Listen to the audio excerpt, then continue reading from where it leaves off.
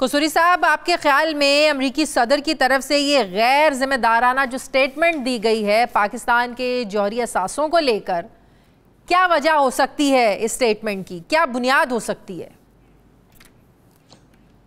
دیکھیے، president Biden کا جہاں تک سوال ہے، انہوں نے اس کی پہلی بات تو یہ ہے، کاش اگر وہ کہتے ہیں کہ جی جو بھی انہوں نے ورڈز استعمال کرنی میں نہیں ریپیٹ کرنا چاہتا، تو اس کی کازز میں ایک امریکہ کا اپنا رول رہا ہے، کاش اس کا بھی وہ ذکر کرتے۔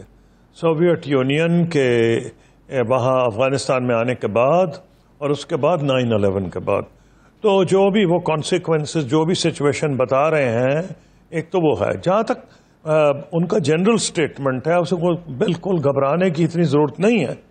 اس کی وجہ کیا ہے؟ یہ مڈ ٹرم الیکشنز آ رہے ہیں امریکہ میں، اور مڈ ٹرم الیکشنز کے لیے انہوں نے ایک اپنی ڈیموکریٹک پارٹی کے سے بات کرتے ہوئے اس کے اوپر لیجسلیٹر سے اپنی کامیابیاں یہ گنوائی ہیں کہ دیکھیں جی میں نے ایسی کامیاب خارجہ پالیسی کی ہے کہ روس اور چین بھی جو ہیں وہ بہت، ان کو میں نے ایک طرح کنارے پہ لگا دیا ہے۔ اپنی تعریف، کیونکہ خطرہ یہ ہے کہ جو مڈ ٹرم الیکشن ہے اس کی وجہ سے یوکرین جنگ کے علاوہ جو آئل پرائسز رائز ہو رہی ہیں، جتنے سرویز آ رہے ہیں اس میں لگ رہا ہے کہ وہ بری طرح سے ہاریں گے الیکشن، یہ جو مڈ ٹرم میں کنگریشنل الیکشن ہے۔ یہ مڈ ٹرم الیکشن میں اس طرح کی سٹیٹمنٹ دینے سے بائیڈن کو کیا فائدہ ہوگا؟ انڈیا میں الیکشنز ہوں تو پاکستان مخالف جذبات ابھارے جاتے ہیں، میں بتا رہا ہوں نا کیا فائدہ ہوگا۔ میرے حساب سے یہ مومل بیان ہے۔ پہلی بات تو یہ ہے، آپ نے پوچھا کیا فائدہ ہوگا، ان کی ریٹنگز نیچے جا رہی ہیں اور انہیں کہا جا رہا ہے کمزور صدر ہے، اور وہ یہ بتانا چاہ رہے ہیں کہ وہ کمزور صدر نہیں ہے، نشاندہی اپنی طرف سے کر رہے ہیں، بڑی بھونڈی قسم کی نشاندہی ہے۔ جہاں تک پاکستان کا نیوکلیئر پروگرام ہے، میں نے اس سے ڈیل کیا ہے، میں نیشنل کمانڈ اتھارٹی کا وائس چیئرمین تھا، مجھ سے زیادہ بہت کم لوگ جانتے ہیں کہ کتنا سیف ہے۔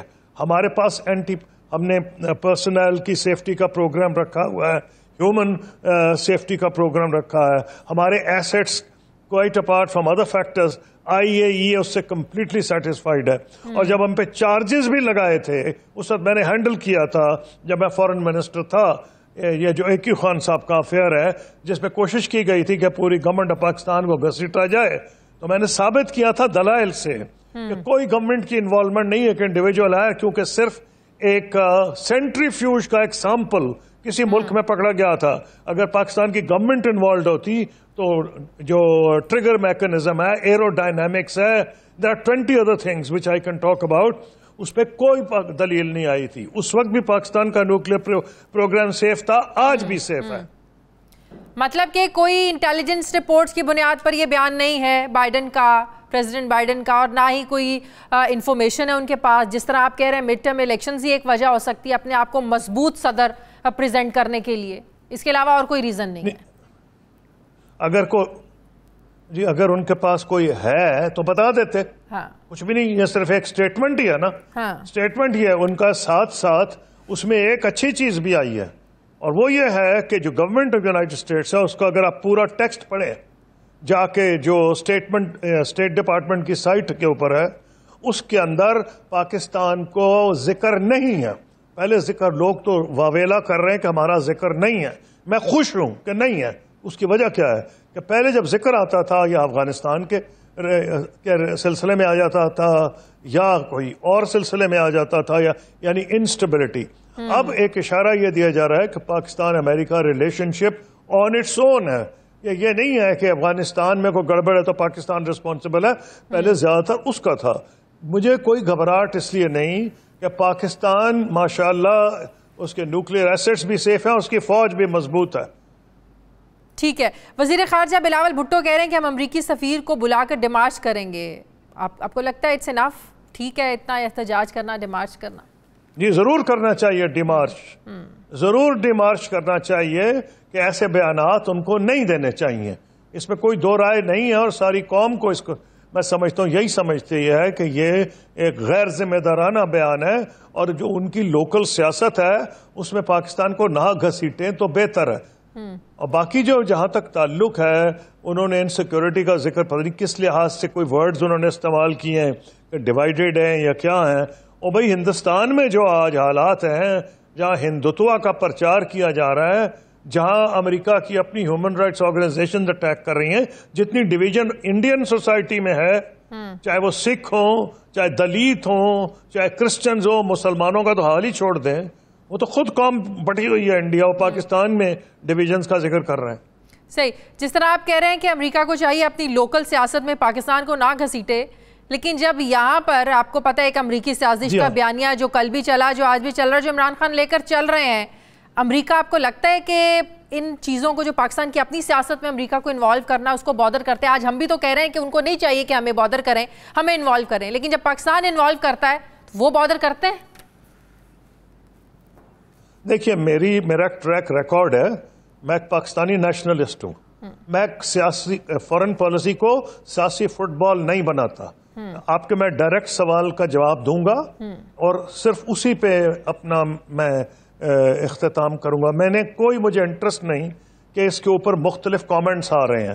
میں ان کامنٹس پہ اس لیے نہیں کرتا کہ کامنٹ پہ کرنے سے میرے خیال میں پاکستان کی فورن پالیسی میں نے ہینڈل کیا 5 ایئرز, میں نے فورن آفس کو ہیڈ کیا, اس لیے میں ہر وقت لفظ جو بولتا ہوں وہ جچا تلا ہوتا ہے اور میں اس سے زیادہ نہیں کہوں گا. ٹھیک ہے, بہت بہت شکریہ. خورشید محمود قصوری صاحب میرے ساتھ تھے, وزیر خارجہ, بہت شکریہ آپ کا. مجھے بریک لینی ہے ناظرین, واپس آتے ہیں ایک چھوٹے سے وقفے کے بعد.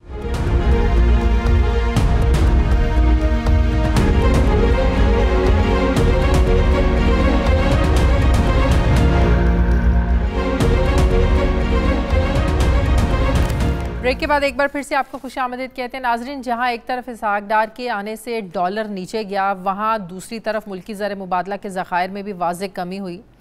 ڈالر کی قیمت میں تو کمی ہونا شروع ہو گئی, لیکن مہنگائی کم نہیں ہوئی. معاشی منڈی کی صورتحال میں بہتری تو آئی, مگر اشیاء خورد و نوش کی قیمتوں کو کم نہیں کیا جا سکا. عالمی منڈی میں تیل کی قیمتیں نیچے آئیں, مگر عوام کو پیٹرول پر ریلیف نہیں دیا جا سکا. نہ بجلی کی قیمتیں کم کی گئیں, نہ گیس کی قیمتیں کم ہوئیں, اور نہ ہی عوام کے دن اور رات بدلے. ہر حکومت اقتدار میں آتے ہی سب سے پہلے مہنگائی کم کرنے کے نعرے لگاتی ہے, مگر اقتدار مل جانے کے بعد عوام کو بہلانے کے ہیلے بہانے ڈھونڈتی ہے. کبھی وسائل نہیں, کبھی خزانہ خالی ہے تو کبھی قرض نہیں مل رہا. کئی بہانے اور عذر سامنے آتے ہیں, مگر جب یہ جماعتیں اپوزیشن میں ہوتی ہیں تب انہیں وسائل بھی نظر آتے ہیں, تب خزانے بھی بھرے ہوئے لگتے ہیں, اور تب انہیں سب ممالک سے پیسے بھی ملنا آسان لگتا ہے, سب پتہ ہوتا ہے. مگر حکومت ملنے کے بعد یہ سب بھول جاتے ہیں, اور اگر IMF اور دوسرے مالیاتی اداروں سے کچھ مل بھی جاتا ہے تب بھی عوام کے حالات نہیں سدھرتے, کیونکہ اس امداد کو قرضے مینیج کرنے کے لیے استعمال کیا جاتا ہے. وزیر خزانہ اسحاق ڈار اس وقت امریکہ میں ہیں. IMF کے ساتھ ان کی بات چیت چل رہی ہے, معاملات چل رہے ہیں. انہوں نے واضح کیا ہے کہ پاکستانی معیشت ڈیفالٹ کی کنڈیشن سے نکل چکی ہے. انہوں نے اندیا دیا کہ پاکستانی قرضے ری شیڈیول کرانے کی بھی کوشش ہو رہی ہے, مگر دوسری طرف پاکستان کے زر مبادلہ کے ذخائر میں واضح کمی دیکھنے کو مل رہی ہے. اسٹیٹ بینک کے اعداد و شمار کے مطابق ملکی زر مبادلہ کے جو ذخائر ہیں یہ 7 اکتوبر تک 13 ارب 24 کروڑ ڈالر رہے. زر مبادلہ ذخائر جو ہیں گزشتہ ہفتے میں 34 کروڑ ڈالر کم ہوئے. اسٹیٹ بینک کے اپنے ذخائر میں 30 کروڑ ڈالر کم ہو کر 7.5 ارب ڈالر رہ گئے ہیں.